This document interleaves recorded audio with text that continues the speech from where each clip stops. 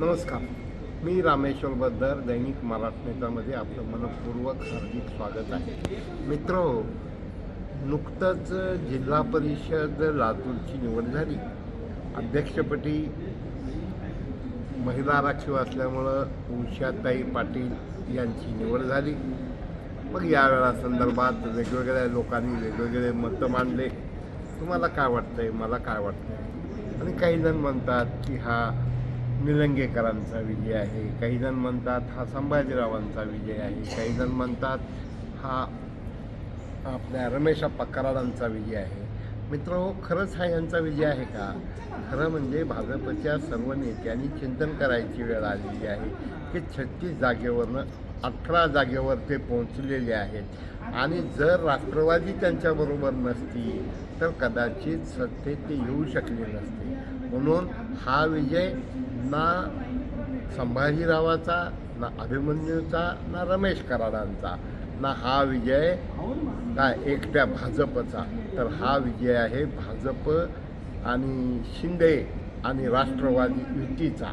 कारण देवाभाऊंनी जो चमत्कार केला त्यामुळं ह्या सगळ्या गोष्टी घडल्या. आणि अशा एका परिस्थितीमध्ये आपण जर 10 ते 11 म्हणजे त्या निवडीच्या दिवशी जर पाहिलं तर जे मोबाईलवर पत्र आलं होतं त्यानं किती गदारोळ झाले होते, कसे रुसवे फुगवे चालले होते.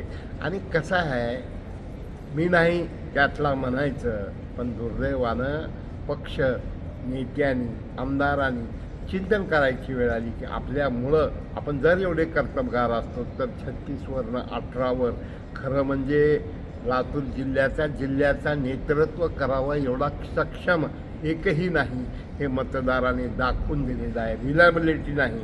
उलट आम्ही असं सांगू इच्छितो की या ठिकाणी देवाभाऊ म्हणजे महाराष्ट्राचे मुख्यमंत्री यांनी अत्यंत कार्यकौशल्यानं की सावकार करायचा का शेतकऱ्याचा करायचा, गरीब सर्वसामान्य माणूस करायचा की कसा करायचा, या सर्व गोष्टीचा विचार करून ही निवड जी आहे मित्र हो, ना भाजपची, ना राष्ट्रवादीची, ना सेनेची, ना संभाजीरावची, ना अभिमन्यूची, निश्चित निवड होईपर्यंत मतमतांतर असू शकतात, पण निवड झाल्यानंतर मात्र जर राज्य करायचं असेल तर सामूहिक मी एक नेता म्हटल्यानंतर लोक स्वीकारत नसतात.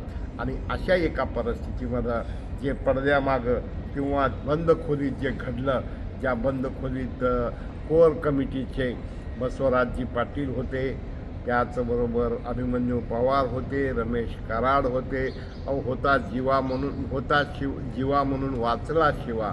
आणि नेमकं हेच चित्र या परिस्थितीत झालं.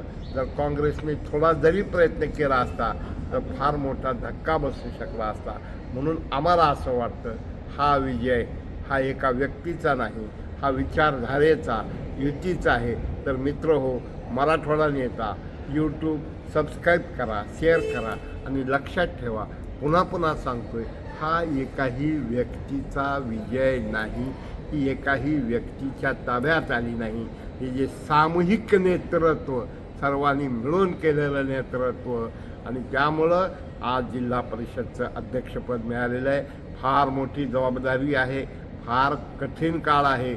आणि अशा एका परिस्थितीमध्ये प्रभावी अनुभवी विरोधी पक्ष आहे, मग ज्यामध्ये पवार आहेत, गिरधारीमधून आलेले आशाताई भिशे आहेत, या सगळ्या आक्रमक लोकांचा विचार करत असताना जिल्हा परिषद अध्यक्ष, उपाध्यक्ष आणि होणाऱ्या काळातल्या सभापतीचा विचार करत असताना मिले सुर मेरा तुम्हारा तो सुर बने आम्हारा, या भूमिकेतूनच आपण जबाबदारी बजावणं गरजेचं आहे. सर्व गोष्टीचा विचार करत असताना आपण सामूहिक नेतृत्वाच्या जोरावर खऱ्या अर्थानं ग्रामीण भागाचा विकास, सर्वसामान्य विकास, जनतेचा विकास, मूलभूत गरजाची पूर्तती करण्यासाठी काम करावं लागणार आहे.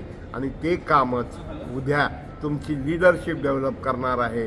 कुठंतरी आमच्या ताब्यात आहे म्हणायचं मग दुसऱ्याने विरोध करायचा आणि उद्या टेंडरच्या भानगडीसाठी भलत्याच गोष्टी होता कामा नये. तर शेअर करा, सबस्क्राईब करा, लाईक करा, फॉरवर्ड करा.